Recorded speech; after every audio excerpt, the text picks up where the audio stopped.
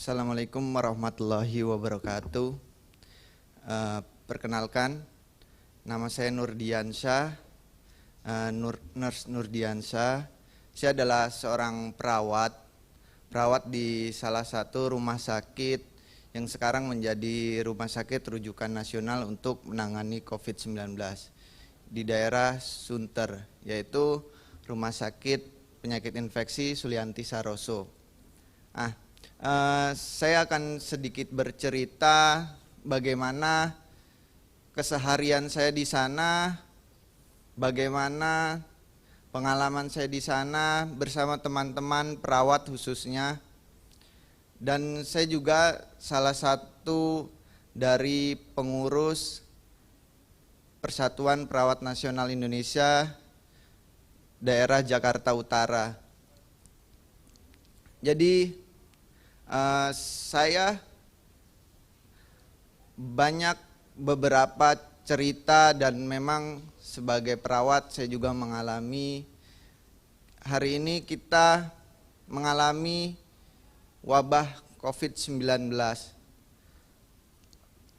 Wabah ini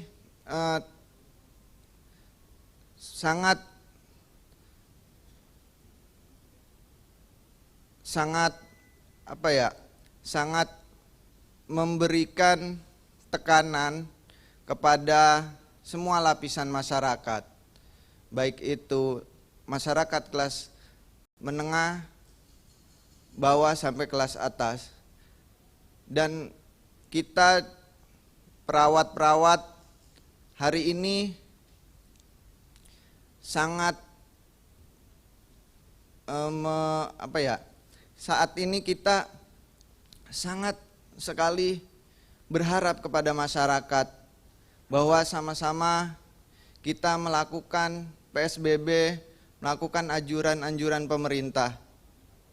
Angka-angka ini sudah meningkat sekali.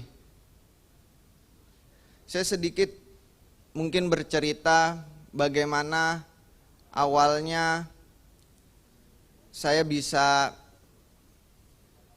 bekerja di rumah sakit tersebut. Saya sudah 1,5 tahun berada di rumah sakit tersebut, di Rumah Sakit RSPI Sulianti Saroso, dan rumah sakit ini memang didirikan khusus untuk penyakit infeksi. Tadinya saya bekerja di ruangan khusus pasien HIV/AIDS. Jadi memang sudah terbiasa dengan pasien-pasien dengan penyakit infeksi. Waktu awal sebelum kasus ini memang kita sudah menangani MERS-CoV, kemudian flu burung, kemudian kita sudah pernah menangani pasien-pasien difteri waktu wabah difteri, terus kemudian pernah merawat pasien-pasien dengan kasus-kasus infeksi lainnya. Nah, kemudian pada awal Maret, jadi awal Maret itu pasien mulai ada pasien masih suspek sebutnya, belum ada istilah PDP, belum ada istilah ODP. Jadi masih suspek COVID waktu itu. Nah, hari itu kita sebelum pelaksanaan ada pasien itu memang kita melakukan training. Nah, kita tidak tahu tuh untuk persiapan waktu itu, sebenarnya persiapan kalau ada wabah MERS-CoV itu kita belum tahu di awal-awal Desember itu COVID kan di awal-awal Desember. Nah, kita melakukan pelatihan atau recharge lagi untuk terkait dengan pengendalian dan pencegahan infeksi. Nah, ini kita pelatihan dan tiba-tiba di bulan Maret terus kemudian di Indonesia ada kasus COVID. Akhirnya semua ruangan sekarang di RSPI Sulianti Saroso kita menjadi ruangan COVID-19. Pasien-pasien yang non-COVID sekarang dialihkan ke rumah sakit lain. Di awal Maret itu kita dibagi beberapa ruangan. Akhirnya saya masuk ke menangani pasien COVID-19 itu. Karena memang sudah menjadi rumah sakit rujukan COVID-19. Kita ketika di ruangan itu melakukan perawatan ke pasien dengan menggunakan APD yang lengkap. APD yang lengkap ini dari atas sampai dengan bawah. Jadi betul-betul harus tertutup. Jadi kita memakai kita pakai sepatu boot, terus kemudian pakai baju coverall, terus kemudian kita pakai Google, kita pakai masker N95, terus kemudian kita pakai visor, terus kemudian kita memakai dalamannya itu memakai baju untuk scrub nurse, jadi baju perawat yang memang khusus. Jadi kita datang dari rumah, saya datang dari rumah, terus kemudian ganti baju biasa ke baju scrub nurse itu. Terus kemudian kita pakai masker biasa ke ruangan nurse station untuk melakukan operan. Nah, di operan ini kita melakukan laporan terhadap perkembangan pasien. Perkembangan pasien ini kita laporkan, dan sebelum itu kita berdoa dulu agar kesembuhan pasien, terus kemudian perawat-perawatnya, kita sendiri terhindar dari penyakit, terus kemudian kita dapat melaksanakan perawatan dengan baik. Nah, setelah itu kita operan, terus kemudian kita melakukan pelaporan dan kita melihat pasiennya di monitor. Jadi di kita itu ada monitor CCTV di tiap kamar pasien. Nah, kamar pasien itu satu kamar. Nah, di sini kita bisa melihat kondisi pasien dari monitor. Kita bicara ke pasien lewat monitor, ketika misalnya pasien ada butuh apa, nanti ketika kita masuk baru kita lakukan perawatan. Nah, setelah itu baru kita menyiapkan kebutuhan pasien, apakah pasien mau ganti baju, kemudian apakah pasien jadwalnya ganti infus, pasien dapat obat, itu kita siapkan semuanya. Terus makanannya, itu. Kebetulan saya di ruangan rawat inap, jadi memang sudah terjadwal, jadwal dinasnya itu pagi, kemudian siang, kemudian malam. Jadi ada 3 shift. Nah, setelah kita menyiapkan menyiapkan perlengkapan pasien, kebutuhan pasien, baru kemudian kita menyiapkan obatnya, terus kemudian baru kita ke pasien. Ini mungkin perlengkapan kita sebelum ke pasien. Jadi ini yang saya sebut baju scrub nurse atau baju OKA. Jadi baju ini yang kita pakai di nurse station sebelum ke pasien. Seperti itu. Nah, baju inilah yang kita pakai. Jadi memang setelah kita ke pasien, kita ganti lagi, mandi, kemudian ganti baju ini. Oke, setelah tadi sudah menyiapkan obat, makanannya sudah, terus baru kita ke pasien. Tuh, dengan memakai baju tadi APD lengkap itu. Dari baju APD ini kita memakai bajunya di ruangan ganti, terus kemudian tadi persiapan pasien udah, terus kemudian baru kita masuk ke ruangan pasien.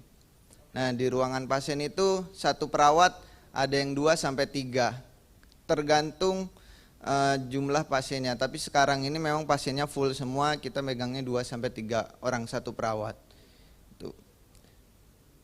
Nah, ketika sampai di pasien, kita memang tergantung jumlah obatnya, tergantung tindakannya gitu.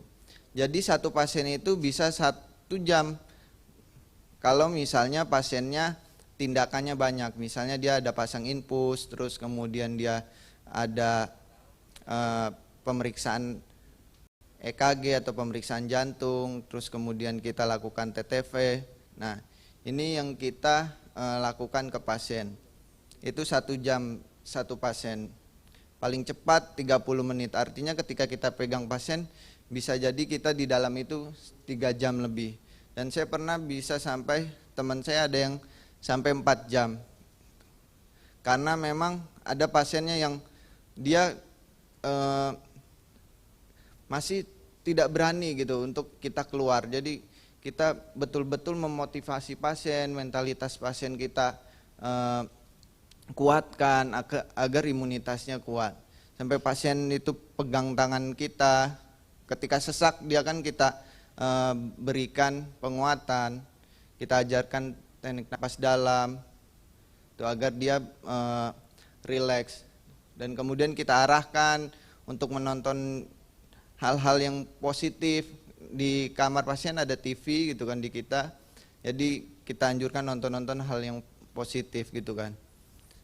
Nah, di situ kita